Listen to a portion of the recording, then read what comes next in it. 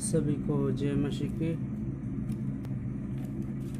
इस सुंदर समय में फेसबुक और यूट्यूब के माध्यम से कुछ बातों को आप लोगों के सम्मुख रखने के लिए परमेश्वर अवसर मौका दिया है। मैं परमेश्वर को धन्यवाद करना चाहता हूं। और जो है इन दिनों में लॉकडाउन और महामारी के समय पर प्रभु अपना अपना परिवार, कलीसिया, हर एक विश्वासी जन अपना जीवन को संभाला।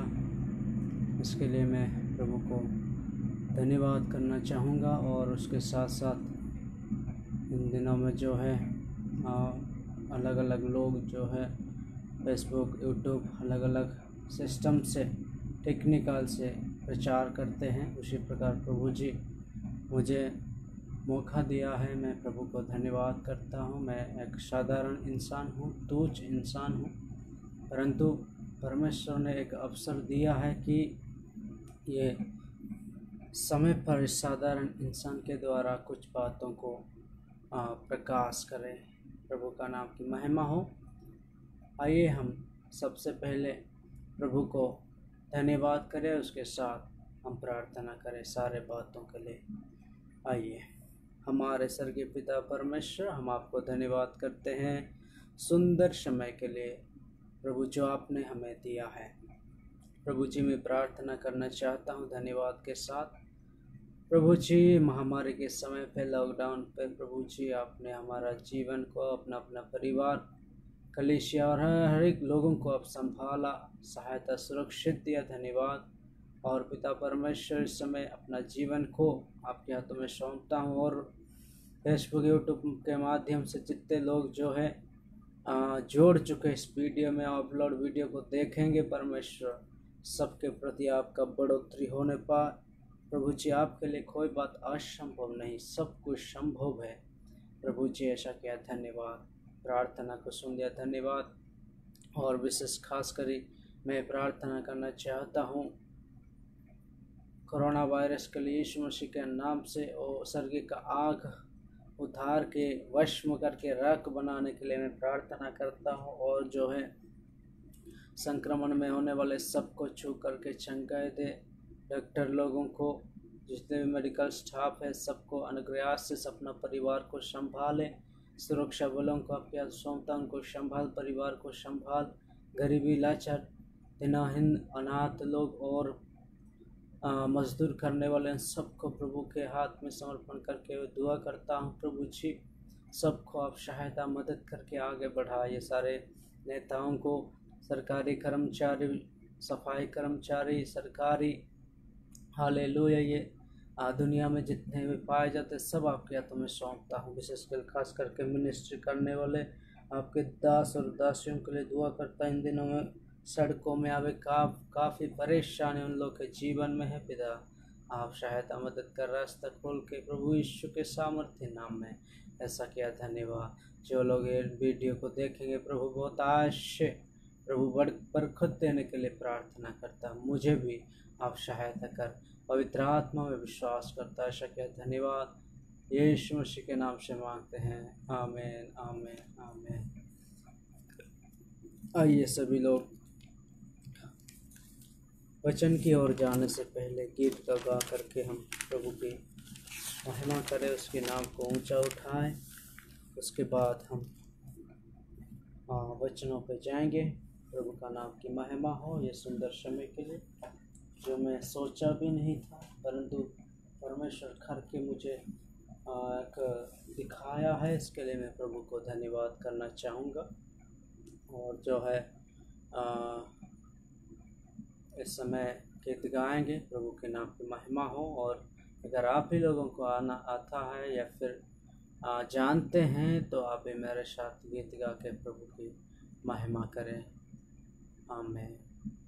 तेरा लहू बड़ा कीमती है प्रभु, तेरा लहू बड़ा कीमती है, तेरा लहू बड़ा कीमती है प्रभु, तेरा लहू बड़ा कीमती है, क्योंकि उस लहू में जो ताकत है, जिससे हम पाते हैं छुटकारा। क्योंकि उस लहू में जो ताकत है, जिससे हम पाते हैं छुटकारा। तेरा लहू बड़ा कीमती है प्रभु, तेरा लहू बड़ा कीमती है, तेरा लहू बड़ा कीमती है प्रभु, तेरा लहू बड़ा कीमती है। तूने वो लहू बहाया है, सारे दुनिया को बचाया है। तूने वो लहू बहाया है, सारे दुनिया को बचाया है। कभी तूने किसी से न कुछ मांगा, कभी तूने किसी से न कुछ चाहा, कभी तूने किसी से न कुछ मांगा, कभी तूने किसी से न कुछ चाहा। तेरा लहू बड़ा कीमती है प्रभु, तेरा लहू बड़ा कीमती है, तेरा लहू बड़ा कीमती है प्रभु, तेरा लहू बड़ा कीमती है। प्रभु हम सभी को अपना लहू दे करके हमें खरीदा, सारे दुनिया को बचाने के लिए उन्होंने अपना खून बहाया, ताकि उसके द्वारा हम छुटकारा पाए उस पाप के बंधन से, उस दलदल के कीचड़ों में से हमको उद्धार मिले, छुटकारा मिले। हालेलुया, प्रभु का नाम की महिमा हो ये गीत के द्वारा। और इस समय आइए सृष्टि के विषय में हम कुछ बातों को हम आपके सम्मुख रखेंगे। जो ये है तीसरा पाठ, तीसरा है, और पहला दूसरा मैंने बता चुका हूँ, ये तीसरा है। और जो है आप अच्छे से इस बातों को समझ लीजिएगा, आपके लिए आशीष का कारण और जो है बढ़ोतरी का कारण हो जाएंगे। आमीन, हालेलुया, प्रेज़ गॉड। तो मैंने पिछली बार बोला था कि उत्पत्ति 1 अध्याय का 2 से 5 वचन तक, वहाँ पर हम देख सकते हैं पहला दिन की बात है। पहला दिन क्या क्या हो चुका है और हुआ है, उस बातों को मैंने वहाँ पर बताया था। पृथ्वी बेढल और सुनसान क्यों पड़ी थी, ये सवाल मैंने कहा था, मतलब सवाल किया था, और उसके बाद जवाब ये था क्योंकि परमेश्वर ने कुछ भी अपना शब्द से नहीं कहा था, इसलिए सुनसान पड़ी थी। मैं जल्दी जाना चाहूँगा। और दूसरा सवाल ये था, जब परमेश्वर ने कहा तो वैसा क्यों हुआ। इसका सवाल का जवाब ये है, इसलिए कि परमेश्वर सर्वशक्तिमान था, इसलिए होना पड़ेगा, ये परमेश्वर का आदेश है। हालेलुया, कितना चमत्कार की बातों को हम यहाँ पर देख सकते हैं। और तीसरा सवाल है, उजियाला और रात को परमेश्वर क्यों बनाया।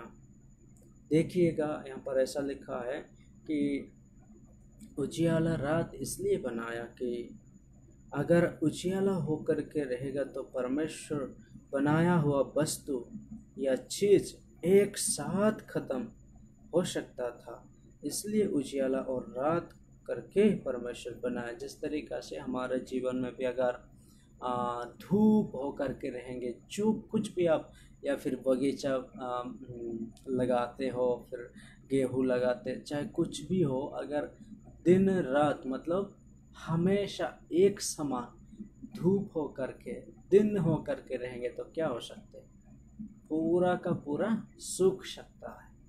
हालेलुया। और रात भी हो करके रहेगा तो वो भी सही नहीं है। हालेलुया। इस बात को मैं पार्ट 2 पे मैंने बताया है और मैं ज़्यादा बताने के लिए कोशिश नहीं करूँगा। और रात करके भी रहेगा और तो कोई भी हमें इस बात को बहुत ही मतलब गौर से हमें सुनने की ज़रूरत है। और जो है मैं और भी कहना चाहूँगा, चौथा सवाल ये था कि परमेश्वर नाम क्यों दिया, परमेश्वर नाम क्यों दिया। यहाँ पर जो है अगर नाम नहीं देते तो लोगों को कैसे समझ में आ सकता था। हालेलुया। आपका और मेरा भी जो है उदाहरण के लिए समझ लीजिएगा कि आपका और मेरा नाम क्यों रखा गया है। मनुष्यों का और सारे सृष्टि में जो भी हम देख सकते हैं उसको नाम क्यों रखा गया, इसलिए रखा गया ताकि हम उसको उसी नाम को लेकर के उसको बुला सकते हैं, वहाँ पर जा सकते हैं, उसी काम को हम कर सकते हैं। बहुत सारी बातें। हालेलुया। और जो है छठवां सवाल ये है, पहला दिन क्यों हो गया था कि इसका पहला दिन क्यों हो गया था, इसका ये था कि परमेश्वर को अच्छा लग गया था। क्या है, परमेश्वर को अच्छा लग गया था, इसलिए पहला दिन हो गया। देखिएगा परमेश्वर ने देखा, ओह कितना बढ़िया है, कितना सुंदर लग रहा है।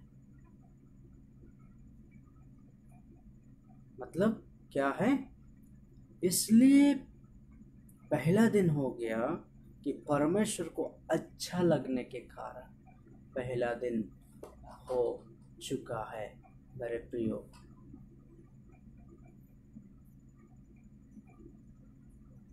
तो आज हमारा जो है वो तीसरा पार्ट में हम जा रहे हैं। तो इसमें हम कुछ वचनों को मनन करेंगे, यहाँ पर पढ़ेंगे। आदि उत्पत्ति किताब, उत्पत्ति का किताब 1 अध्याय का 6 से लेकर के हम 8 वचन तक पढ़ेंगे। 6 से लेकर के 8 वचन तक पढ़ेंगे। यहाँ पर ऐसा लिखा हुआ, फिर परमेश्वर ने कहा, जल के बीच एक ऐसा अंतर हो कि जल 2 भाग हो जाए। तब परमेश्वर ने एक अंतर बनाकर उससे नीचे के जल और उसके ऊपर के जल को अलग अलग किया और वैसा ही हो गया। और परमेश्वर ने उस अंतर को आकाश कहा तथा सांझ हुई, फिर भोर हुआ। इस प्रकार पहला दिन हो गया। यहाँ पर जो है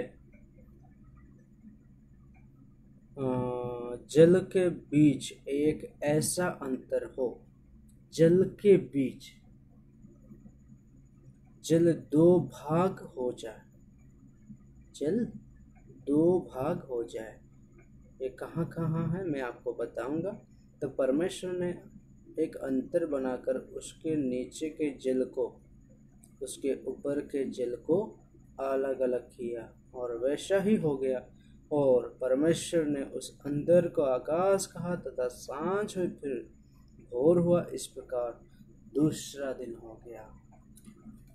कितना अद्भुत बातों को हम यहाँ पर देख सकते हैं, अद्भुत बातों को। मैं इसमें से कुछ सवाल करूँगा और जवाब भी मैं ही खुद ही दूँगा कि यहाँ पर हम दूसरा दिन के बातों को हम देख सकते हैं। क्या है? दूसरा दिन। सवाल ये है, क्यों जल के बीच एक ऐसा अंतर बनाया? परमेश्वर ने क्यों जल के बीच एक ऐसा अंतर बनाया है? इसका जवाब ये है कि जल दो भाग होने के लिए एक ऐसा अंतर बनाया था। जल दो भाग होने के लिए परमेश्वर ने एक अंतर बनाया था, ऐसा अंतर बनाया था। हालेलुया। मतलब अलग अलग होने के लिए भी कहा गया था। क्या है? अलग अलग होने के लिए भी यहाँ पर जो है परमेश्वर कहता है। हालेलुया। और जो है दूसरा सवाल ये है कि कितने भागों में परमेश्वर जल को बिठाया था, मतलब बांटा था, भाग किया था। 2 भागों में परमेश्वर ने जल को बांटा था, मतलब भाग किया था। कहाँ कहाँ? एक भाग ऊपर है और एक भाग नीचे है। इस विषय को हम देख सकते हैं कि वैज्ञानिक के अनुसार कितने भाग क्या है? पानी है। वैज्ञानिक के अनुसार कितना भाग पानी है?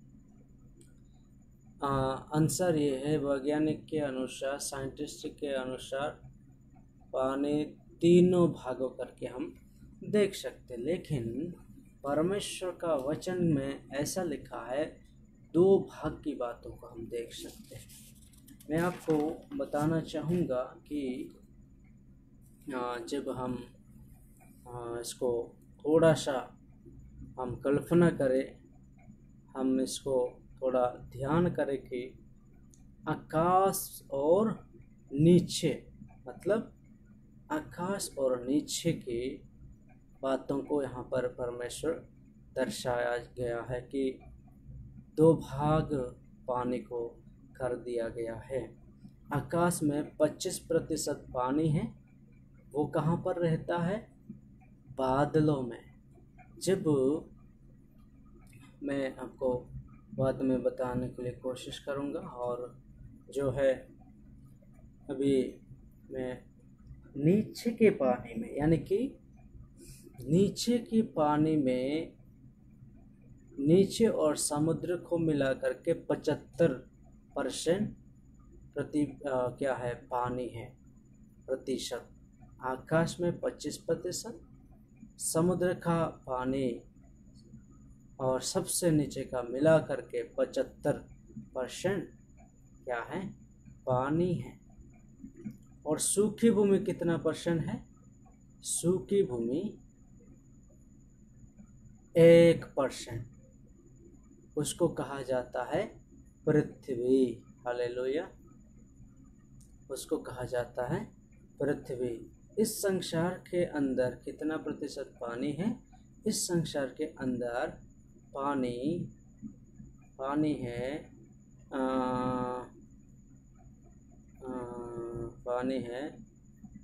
मान के चलो 100 है। और यह भाग में बांटा गया है। वैज्ञानिक के अनुसार पानी कितना भाग है? 3 भाग है। लेकिन वचन के आधार पर 2 भाग है।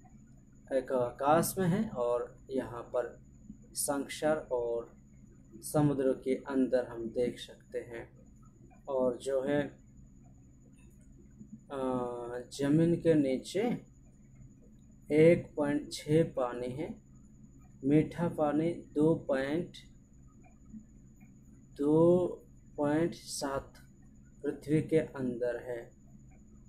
इसका मतलब आपको बड़े ध्यान से सुनना होगा कि मैं क्या बताने जा रहा हूँ।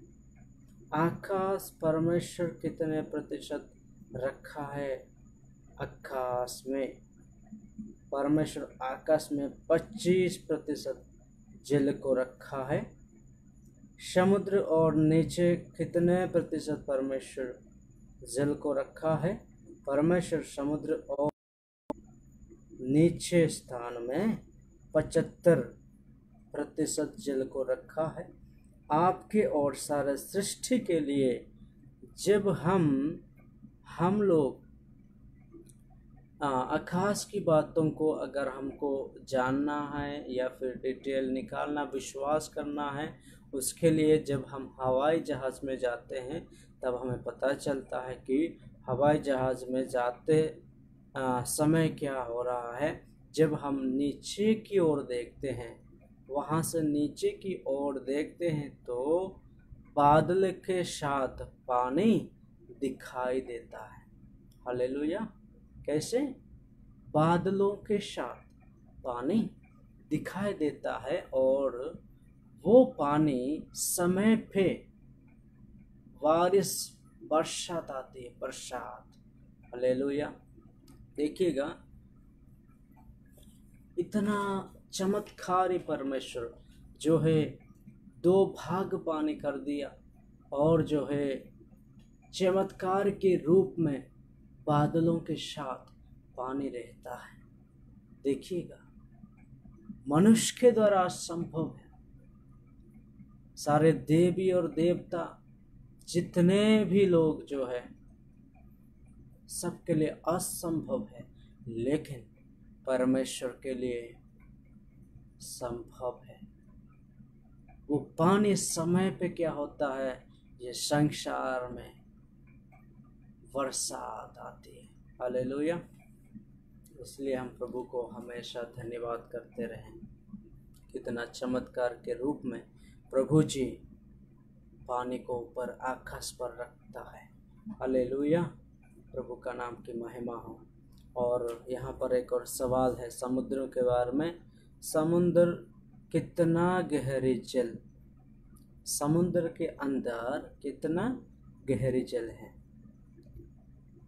या फिर हम ऐसा कह सकते हैं कि कितना किमी जल है। इसका आंसर, इसका उत्तर ये है 620 किमी है गहरे, 7 गुना बड़ा।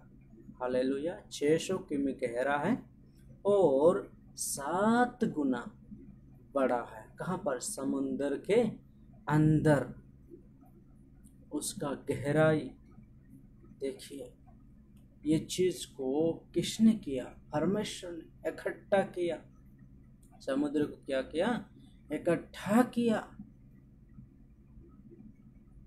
और आकाश में भी वो 2 भाग जैसे किया। यहाँ पर भी रहा, समुद्र बन गया और फिर आकाश में पानी चला गया। परमेश्वर का शब्दों के द्वारा, आदेश के द्वारा पानी भी चल जाता है, पानी भी मानता है, क्योंकि सृजनहार परमेश्वर का बातों को मानने का मजबूरी है, उनको मानना पड़ेगा। हालेलुया। लेकिन मनुष्य नहीं मानता है, कोई दिक्कत नहीं। समुद्र में क्या क्या चीज रहता है देखिएगा। समुद्र के बारे में हम थोड़ा ध्यान करेंगे। समुद्र के अंदर क्या क्या चीज़ें रहते हैं, उस बात को मैं आपको उत्तर देना चाहूँगा। सभी वस्तु और सभी चीज़ों भी रहता है। हाथी, भालू आदि। मतलब जब हम ये चीज़ को प्रमाण के लिए अगर हम डिस्कवर में जब देखते हैं तो हमको पता चलता है कि समुद्र के अंदर, समुद्र के बीच में, समुद्र में क्या क्या चीज़ें, क्या क्या वस्तु, प्राणी रहते हैं, उस बात को हम देख सकते हैं। और ये समुद्र में सबसे पहला है मछली है, मगरमच्छ है और हाथी है, भालू है और अलग अलग चीज़ें। और मेरा ये प्रश्न है कि ये चीज़ों से आपको और मुझे कुछ फायदा होते हैं क्या? समुद्र के अंदर जो रखा गया, परमेश्वर रखा हुआ है, उन चीज़ों से, उन प्राणियों से आपको और मुझे कुछ फ़ायदा होते हैं? हाँ जी, फ़ायदा होता है। समुंदर का जो है मछलियों को लोग क्या करते हैं, पकड़ते हैं और बिजनेस करते हैं। हालेलुया। और केकड़ा मतलब अलग अलग चीज़ों को बिजनेस करता है मनुष्य। ये सारे चीज़ जो है, जो बनाया दिया गया है, ये आपके और मेरे लिए, मनुष्य जातियों के लिए बनाया गया है, ताकि हम बिजनेस करें, उसको खाएं, विटामिन को अपने जीवन में प्राप्त करें और प्रभु की गुणानुवाद करें। लेकिन इन चीज़ों के द्वारा परमेश्वर को कुछ मिलता है, फायदा होते हैं? जी हाँ। हमेशा ये चीज़ प्राणी क्या करता है, उस परमेश्वर को महिमा करता है। हालेलुया। और जब हम देखते हैं ये इन दिनों में आकाश के ऊपर कैसे पानी जा रहे हैं, उस बातों को मैं बताना चाहूँगा। इसका प्रश्न इस प्रकार है, समुद्र का पानी गाँव के द्वारा ऊपर आकाश में चले जाते हैं। गाँव के द्वारा, गाँव के द्वारा ऊपर आकाश पर चला जाता है। हालेलुया। कहाँ से? समुंदर से। जिस प्रकार हमको ये लग रहा होगा जब हम खाना बनाते तो पानी सूख गया, नहीं सूखा। अगर पानी सूखेगा तो इतने लोगों के लिए वो ख़त्म नहीं हो सकता क्या? पानी कभी भी नष्ट नहीं होता है, सूखता नहीं है। परंतु गाँव हो करके आप जब खाना बनाते समय ऐसे हाथ को रखेंगे तो आपको पता चलेगा कि किस तरीक़ा से गाँव के द्वारा वो ऊपर चला जाता है। हालेलुया। उसी प्रकार जो है समुंदर में जब धूप पड़ जाता है, गर्मी के मौसम में समुंदर से पानी उस आकाश तक जाता है। लेकिन सबसे पहले परमेश्वर ने 2 भाग किया था और उसका नाम आकाश कहा गया और नीचे का नाम समुंदर कहा गया है। हालेलुया। प्रभु का नाम की महिमा हो। समुद्र के द्वारा हम बहुत सारे बिजनेस कर सकते हैं। समुद्र के द्वारा हम लोग बहुत सारा पैसे कमा सकते हैं, परिवार को चला सकते हैं, गांव को चला सकते हैं। हालेलुया। अपना जीवन में अच्छे से हम जी सकते हैं। हालेलुया। अब हम देखेंगे आकाश के बारे में। इसका क्वेश्चन ये है, आकाश को परमेश्वर क्यों बनाया? हालेलुया। आपको क्या सोचते हैं आप? मुझे नहीं पता कि आकाश को परमेश्वर क्यों बनाया। मैं आपको बताना चाहूँगा कि आकाश परमेश्वर इसलिए बनाया कि समय पर बारिश गिरने से गिरने के लिए पानी रखे। मतलब मैं उस समय भी थोड़ा बहुत मैंने सवालों का जवाब मैंने दिया था कि आकाश को इसलिए बनाया परमेश्वर ताकि वहाँ पर पानी रखे और समय पर बरसात आए इस संसार में। आपको पता है अगर एक साल के अंदर बारिश नहीं आता है उड़ीसा क्षेत्र और अलग अलग जहाँ पर पानी की सुविधा नहीं है वहाँ पर, तो वो लोग क्या है, धान को लगा नहीं सकते, वैसे ही भूखा रहेंगे। देखिएगा परमेश्वर इतना, मतलब इसलिए परमेश्वर, इसका कारण ये है परमेश्वर सर्वज्ञानी है। भूतकाल, वर्तमान काल और भविष्य काल को उसको मालूम है। देखिएगा ये सब जो है आपके और मेरे लिए, सारे मानव जाति के लिए परमेश्वर कर रहा है कि समय पर बारिश आने के लिए आकाश परमेश्वर ने बनाया था। हाथ उठाकर धन्यवाद बोले। Hallelujah, hallelujah.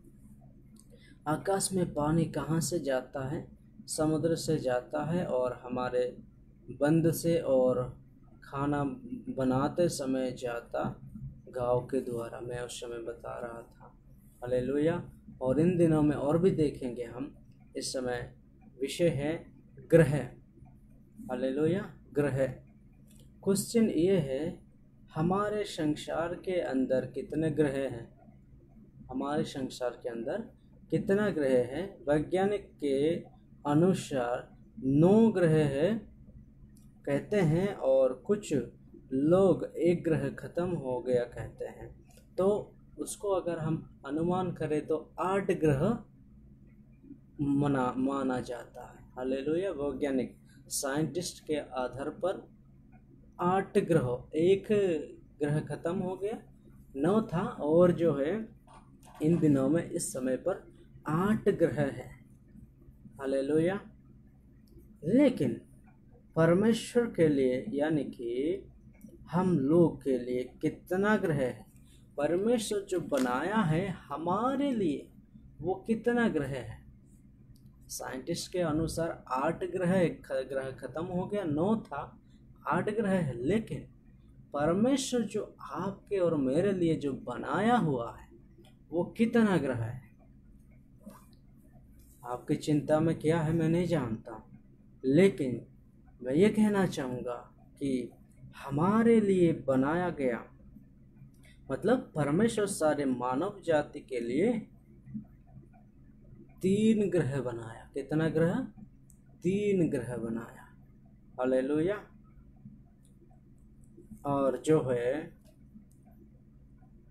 उसी ग्रह का नाम क्या क्या है मैं आपको बताना चाहूँगा। कि पहला ग्रह का नाम है, बड़े ध्यान से सुने, पहला ग्रह का नाम है पृथ्वी। क्या है? पृथ्वी। जहाँ पर अब हम लोग इस शरीर को पकड़ के, शरीर के आधार पर, शरीर के साथ हम रह रहे हैं, वास कर रहे, एंजॉय कर रहे हैं। हालेलुया। क्या कर रहे हैं? एंजॉय कर रहे हैं। हालेलुया। देखिएगा, आपके और मेरे लिए परमेश्वर बनाया हुआ ग्रह, उसका नाम है पृथ्वी। सब लोग वास करते हैं और सारे जीव जंतु भी वास करते हैं। जब हम उत्पत्ति 1 अध्याय का 1 वचन को पढ़ते हैं तो हालेलुया, यहाँ पर हमको पता चलता है। और देखिए इन दिनों में जो है संसार के अनुसार हम किस तरीक़ा से जी रहे हैं, क्या कर रहे हैं, कहाँ पर कर रहे हैं। हम इस पृथ्वी के अंदर, पहला ग्रह के अंदर परमेश्वर ने जो आपके और मेरे लिए बनाया था, देखिए कितना अच्छा परमेश्वर, कितना भला परमेश्वर है हमारा। आपके मेरे लिए पृथ्वी को बनाया है। पृथ्वी के अंदर कोई कमी घटी है ही नहीं है। सभी जगह में देखे तो हरा भरा सब कुछ दिखता है। हालेलुया। कितना महान परमेश्वर। और दूसरा ग्रह का नाम है, वो है अनंत जीवन या अनंत काल का जीवन। क्या है? दूसरा ग्रह का नाम है अनंत काल का जीवन या अनंत जीवन। हालेलुया। हम इन दिनों में पहला ग्रह पर रह कर के बड़ा मस्त कर रहे, मौज कर रहे हैं। अपने मनमाने से हर एक चीज़ों को हम करते हैं। समय पे सोना है तो सो सकते हैं, और समय पे घूमना है तो घूम सकते हैं। पूरा स्वतंत्र आपके मेरे लिए। लेकिन दूसरा ग्रह में अगर मैं आपको बताना चाहूँगा, वो अनंत काल का जीवन है। मतलब क्या है? जब हम यूहन्ना सुसमाचार यूहन्ना 3:16 पढ़ते हैं और 15 पढ़ते हैं, तो वहाँ पर हमको पता चलता है कि स्वर्ग, मतलब इसको विशेष स्थान, मतलब स्वर्ग भी कह सकते हैं आप और हम। अनंत काल का जीवन मतलब स्वर्ग ग्रह एक जो है वो है स्वर्ग है। और यहाँ दूसरे और कौन दूसरी ग्रह में प्रवेश करेगा? क्यों आप और हम ये जानते हैं, इस दूसरे ग्रह मतलब स्वर्ग पर कौन प्रस्थान हो पाएगा, कौन जा सकता है, किसके लिए वहां पर जगह है। मैं आपको बताया 3:16 यूहन्ना, वहां पर ऐसा लिखा हुआ है कि जो कोई उस पार विश्वास करे वे नष्ट ना हो परंतु अनंत जीवन पाए। मतलब इसका मतलब ये है, जो परमेश्वर पर विश्वास करेगा वे दूसरे ग्रह में प्रवेश करेंगे। मतलब विशेष लोक में पिछली बार बताया है, स्वर्ग एक विशेष स्थान है और विशेष स्थान में परमेश्वर रहता है और उसी विशेष स्थान में विशेष लोग ही जा सकते हैं। इस बात को मैंने बताया, उसी को आप स्मरण करना है। हालेलुया। उसी बात को ही यहाँ पर दर्शाया जाता है। स्वर्ग के बारे में विशेष स्थान है, दूसरा ग्रह वो अनंत काल का जीवन, वहाँ पर हमेशा के लिए सदा आनंदित रहना पड़ेगा।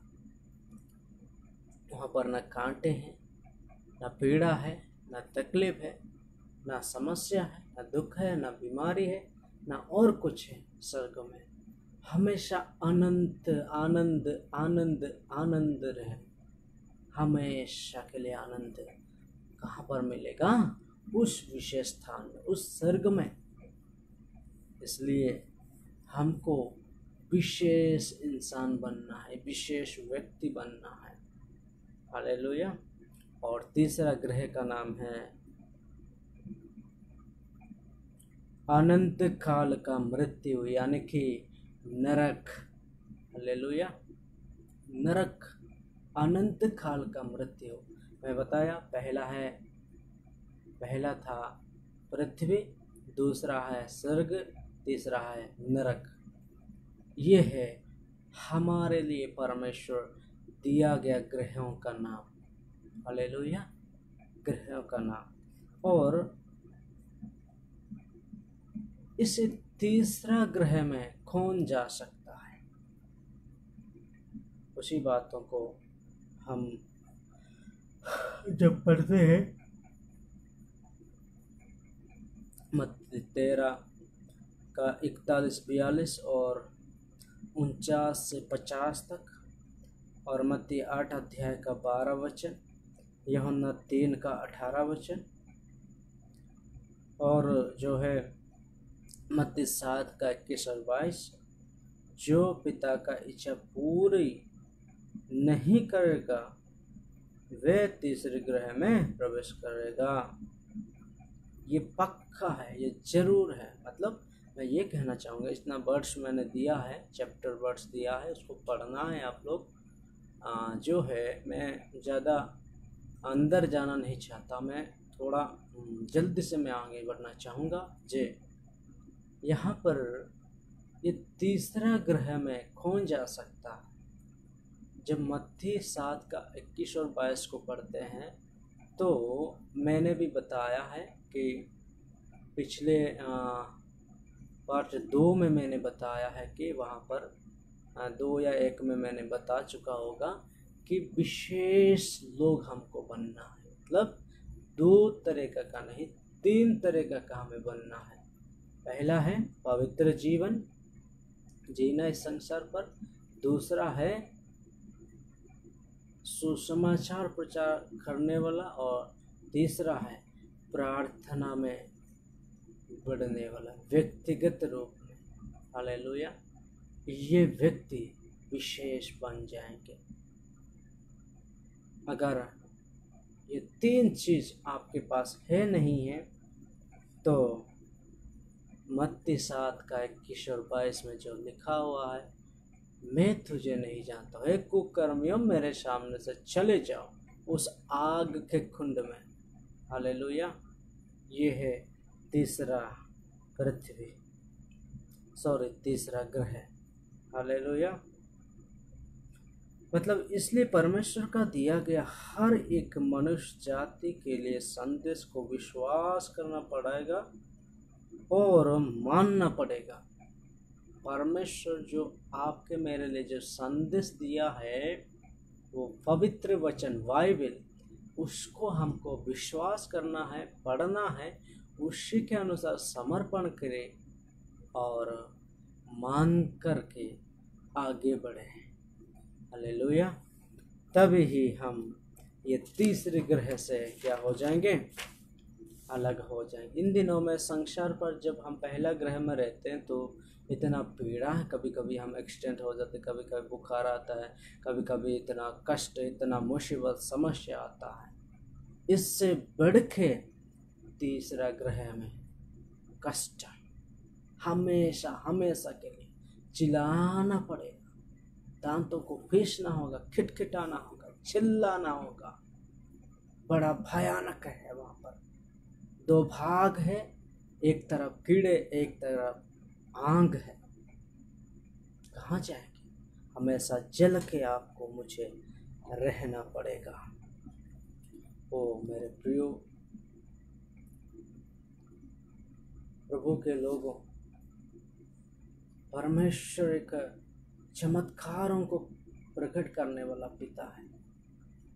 वो आपके और मेरे लिए 3 ग्रह को बनाया। पहला है पृथ्वी, जो इस समय हम रहते हैं, और दूसरा है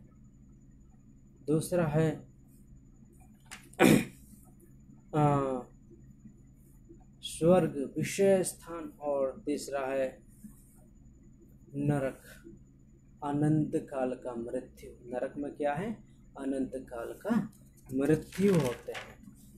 तो आपको समझ में आया होगा, मैं आशा करता हूँ। और इस समय हम चलेंगे कि तीसरा दिन पे हम जब उत्पत्ति का किताब 1 अध्याय का 9 से लेकर के जब हम 13 वचन तक पढ़ते हैं तो यहाँ पर तीसरा दिन के बारे में हमको मालूम चलता है।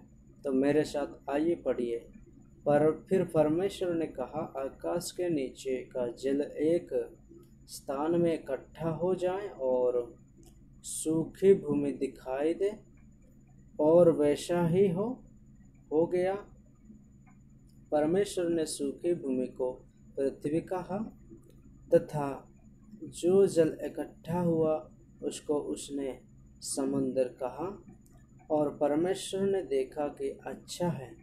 फिर परमेश्वर ने कहा, पृथ्वी से हरी घास तथा जीव वाले छोटे छोटे पेड़ और फलदायी वृक्ष भी, जिनके बीज उन्हीं में एक है की जाति के अनुसार है, पृथ्वी पर उगे।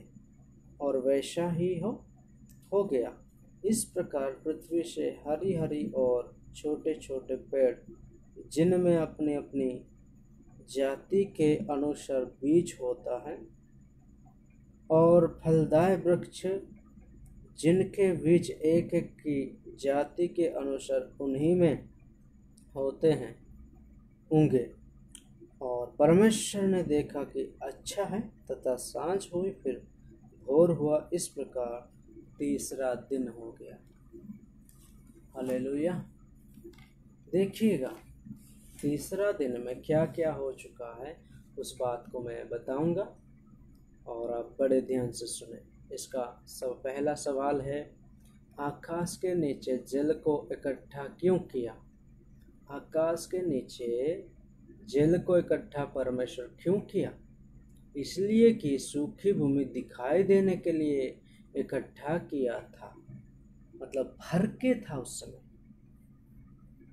आप जब आदि उत्पत्ति 1 और 2 वचन को पढ़ते, वहाँ पर इस संसार के अंदर, पृथ्वी के अंदर पानी चारों तरफ भर के था, लेकिन परमेश्वर ने उसको देखा और अलग अलग करके जब किया तो एक सूखी भूमि दिखाई देने के लिए दिखाई दिया। हालेलुया, प्रभु का नाम की महिमा हो। और जो है सूखी भूमि से हमें क्या फायदा मिलता है? सूखी भूमि से हमें क्या फायदा मिलता है? परमेश्वर जो कुछ भी बनाता है वो आपको और मुझे फायदा होंगे, उसके साथ साथ उसको महिमा करेंगे। इसलिए परमेश्वर बनाया है। मैं आपको बताना चाहूँगा कि सूखी भूमि से हमें क्या फायदा मिलता है। पहली बात, सूखी भूमि से हर एक चीज़ों को सुखा सकते हैं। दूसरा है धान, गेहूँ, सब्जी आदि लगा सकते हैं। बिना सूखा के कोई भी कुछ नहीं कर सकता। मतलब इसका मतलब ये है, बिना सुखा के हम कुछ चीज़ों को सुखा नहीं सकते। इसलिए सूखी भूमि परमेश्वर बनाया। और जब हम देखते हैं तो सूखी भूमि को क्यों पृथ्वी कहा है, इसलिए परमेश्वर सूखी भूमि को पृथ्वी कहा कि हम लोग वास करेंगे और जीव जंतु वास करने के लिए कहा था। आप और हम जीव जंतु वास करने के लिए परमेश्वर सूखी भूमि को पृथ्वी कहा था। हालेलुया। देखिए, सब कुछ जो है आपके और मेरे लिए करता है। हमारा परमेश्वर कितना महान है। आइए हम आगे बढ़ेंगे। और इकट्ठा पानी को क्यों समुद्र कहा? इकट्ठा पानी को क्यों परमेश्वर समुद्र कहा? यहाँ पर हम आपको ये कहना चाहेंगे, इसलिए परमेश्वर ने इकट्ठा पानी को समुद्र कहा कि सब पानी उसमें इकट्ठा हो जाए, या होने के लिए समुद्र कहा। मतलब हर जगह का पानी समुद्र में इकट्ठा होने के लिए परमेश्वर ने समुद्र कहा था। आजकल ऐसा होता है, जब बारिश होता है तो सब पानी कहाँ पर चले जाते हैं? समुद्र के अंदर चले जाते हैं, वहाँ पर जाके इकट्ठा हो जाते हैं। मैं आपको बताया 7 गुना और जो है कितना 620 किमी और 7 गुना बड़ा समुद्र परमेश्वर ने इकट्ठा किया और समुद्र कहा। हालेलुया। कितना चमत्कार है। हम और आप रहने के लिए, वास करने के लिए, सब्जियां वगैरह बिजनेस करने के लिए, काम करने के लिए, अपना बाल बच्चों को, माता पिता को, परिवार को चलाने के लिए सूखी भूमि की आवश्यकता है। गीले जगह पर हम हमेशा के लिए नहीं रह सकते। हालेलुया। इस बात को हम यहाँ पर देखा है। इसलिए अब पूरे दुनिया का पानी समुद्र के अंदर पहुँचता है, कभी भी सूख नहीं सकता है। ये प्रभु का आदेश है। इसलिए परमेश्वर कहने के आधार पर समुद्र कभी सूखता ही नहीं है, वो हमेशा बराबर रहता है। क्यों? परमेश्वर ने आदेश किया है। हालेलुया। परमेश्वर ने आदेश किया है, इसलिए समुद्र कभी सूखता नहीं है, अंदर नहीं चला जाता है। जितना है उतना ही रहेगा। हालेलुया। ये परमेश्वर का बात है, परमेश्वर का आदेश है। मैं आपको उस समय बता रहा था, समुद्र पानी में हम क्या है, नमक भी निकाल सकते हैं, मछलियों को, केकड़ाओं को, हम जो चीज़ है वहाँ पर है, आमीन हालेलुया, उस चीज़ों को हम लेकर के बिजनेस भी कर लेते हैं। हालेलुया। और अब हम देखेंगे घास के बारे में। घास को बीज के साथ परमेश्वर क्यों उत्पन्न किया, ये आप शायद जानते होंगे। ये इसका सवालों का जवाब यही है, अगर बीज के साथ उत्पन्न नहीं करता तो एक साथ खत्म हो सकता था। इसलिए सर्वज्ञानी परमेश्वर बीज के साथ उत्पन्न करता है घासों को। हालेलुया। देखिएगा, अगर एक चीज़ जो है घास से होता है, उसमें आप जब उसको खोदेंगे तो वहाँ पर देखेंगे कि बीज होता है। हालेलुया। मतलब बीज के बीच में भी, उसके अंदर भी एक जो है जाति होता है, स्त्री और पुरुष जाति। हालेलुया। स्त्री और पुरुष जाति होता है। इसलिए मैं ये कहना चाहूँगा, अभी जाति जाति जो है उसको हम आपको बताने के लिए कोशिश करेंगे। क्या है ये जाति जाति? जाति जाति ये है कि एक बीज फल लाता है और एक बीज फल नहीं लाता, इसलिए इसको जाति जाति क्या है कहा गया है। हालेलुया, परमेश्वर का नाम की महिमा हो। और यहाँ पर और भी लिखा हुआ, जो फल नहीं लाता है उसको लोग अपने अपने क्या है घरों में सुंदरता के लिए और पूजा के लिए लाते हैं। मतलब जो फल नहीं लाता है उससे भी इंसानों का ही फायदा होते हैं।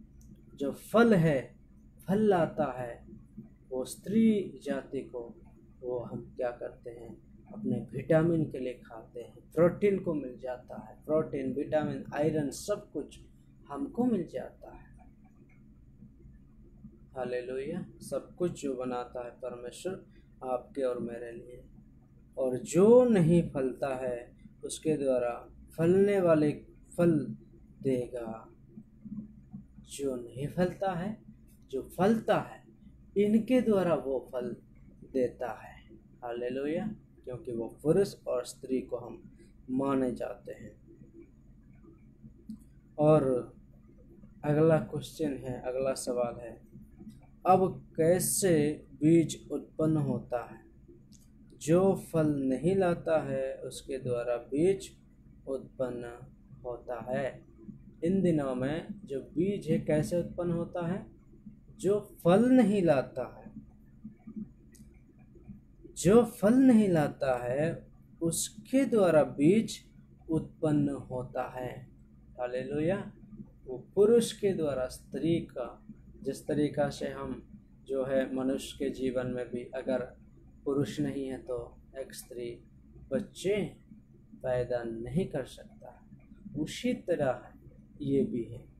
हालेलुया, हम उस बीज के द्वारा भी क्या करते हैं, हम तेल को निकालवाते हैं, चाहे राई हो या फिर और अलग अलग चीज़ें हों। देखिएगा, सब कुछ हमारे फ़ायदा के लिए हमारा जो सर्वशक्तिमान परमेश्वर है उन्होंने बना कर रख दिया है। हालेलुया, इसलिए हम प्रभु को धन्यवाद करते रहे हमेशा। और मैं ये कहना चाहूँगा, आकाश का पानी का थोड़ा हम डिस्कशन करेंगे। आकाश को क्यों पानी जाती है? आकाश को पानी क्यों जाती है? समय समय पे बारिश आने के लिए परमेश्वर ने ये जल को आदेश किया था। समय समय पे बारिश आने के लिए, वर्षा आने के लिए परमेश्वर क्या था, आदेश किया था। सबको उस जल से रहते मिलता है, मतलब राहत मिलता है पानी पीने से। और जो है खेतियों में, बगीचा में जब बरसात आता है तो हमको कैसा लगता है, राहत मिलता है। अगर नहीं है तो हम क्या करते, इधर उधर दौड़ के डीजल पेट्रोल से हम क्या करते हैं, पानी कुआं से या अलग अलग हेडपम्प से हम लोग चालू करते हैं। कितना तकलीफ होना पड़ता है, लेकिन परमेश्वर ने आदेश किया, वो समय पे गिरने के लिए, वर्षा आने के लिए, उस बातों को हमने देख सकते हैं। यह सब परमेश्वर ने मनुष्यों के लिए और सारे सृष्टि के लिए आदेश किया है। देखिएगा, आपके मेरे लिए, सारे सृष्टि के प्राणी और जीव जंतु के लिए परमेश्वर ने क्या किया था, आदेश किया था। घास के बारे में हम अब देखेंगे। घास के बारे में, घास के द्वारा हमें क्या फ़ायदा होता है? आपको कई सारे फायदे इस घास के द्वारा होते हैं। घास के द्वारा खाद बनता है, पहला। सब्जी भाजी भी होता है। देखिएगा, सब्जी एक भाजी भी होते हैं। जानवर भी खाते हैं और जीते हैं। हालेलुया, घास के द्वारा काफ़ी हमारे जीवन में एक फ़ायदा होती है। लेकिन आजकल के सब्जियों या हर चीज़ों में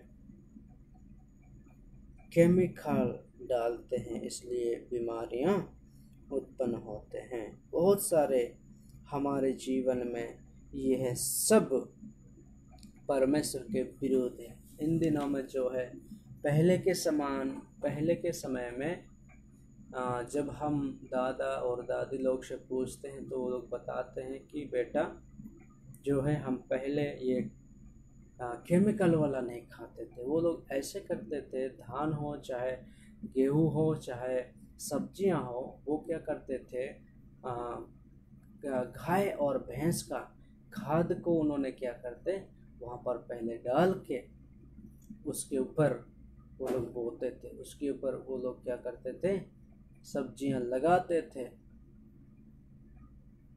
और जब कीड़ा चढ़ता था तो राख को डालते थे, तो उसमें कोई दिक्कत परेशानी नहीं हुआ करता था, बीमारियां इतना नहीं। इसलिए आप उनको जब भी दादा दादियों से मिलेंगे तो वो हट्टे कट्टे मिलेंगे। हालेलुया। लेकिन आजकल के बच्चों को देखिए, तुरंत बढ़ जाते, तुरंत बाल पकना, तुरंत उसके जीवन बड़े बड़े बीमारियों देख सकते हैं हम लोग। देखिएगा, परमेश्वर के विरुद्ध किया हम। परमेश्वर ने घास की खादों को बना करके, मतलब गाय भैंस के द्वारा, हालेलुया, लेकिन मनुष्य घमंड होने के कारण ये चीज़ करता है और पछताता है बाद में। हालेलुया। इसलिए हम आपको निवेदन करते हैं कि अगर आप इस केमिकल चीज़ों को डालते हो, केमिकल खाद को डालते हो, यूरिया पोटाटो चाहे कुछ भी हो, तो आज से न डालें। गोबर की खाद से हम क्या करें, सब्जियां, गेहूँ, धान जो भी लगाते हैं उसमें प्रयोग करें। हालेलुया। प्रभु आप सबको ये वजन के आधार पर आपको आगे बढ़ने के लिए सहायता करेंगे। इसलिए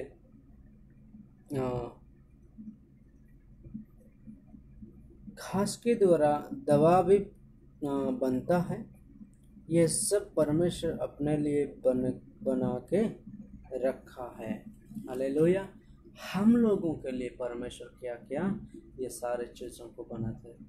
पत्तों के द्वारा दवाई भी बनता है, आयुर्वेदिक दवाई, कई सारे चीज़ों को हम अपने घर में जो चीज़ है उसको हम खिला सकते हैं। और जो है ऐसे बहुत सारे ये जो है घास के द्वारा हमें क्या होता है, फायदा होता है।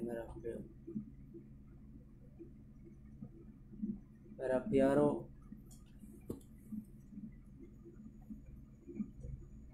भाइयों बहनों, प्रभु के चुने हुए लोग, दास और दास विश्वास से इस बातों को गौर से आप और हम लेने की बहुत ज़रूरी है कि प्रभु जो कुछ भी किया है इस तीसरा दिन तक, वो सब आपके और मेरे लिए किया है।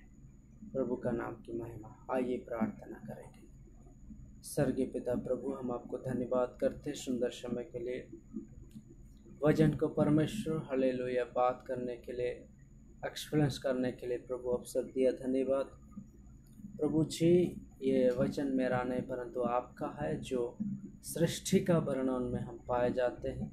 हम आपको धन्यवाद करते, मदद किया, और जो सुनेंगे इस वीडियो को सभी को भी प्रभु समझने के लिए सहायता कर, खुद मान के दूसरों को मनाने के लिए मैं दुआ करता हूँ। आप शुरू से लेकर अंत तक आपने प्रेरणा किया प्रभु, अगुवाई किया, इसके लिए धन्यवाद। ये सारा वीडियो हमें और सब विषय आपके हाथों में सौंपता हूँ। वचन को भी आशीष दे, प्रार्थना सुन लेता हूँ।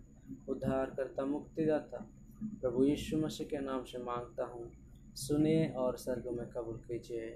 आमीन, आमीन, आमीन। आप सबको प्रभु वचन के अनुसार बढ़ने के लिए सहायता करे। आमीन, आमीन। सबको जय मसीह।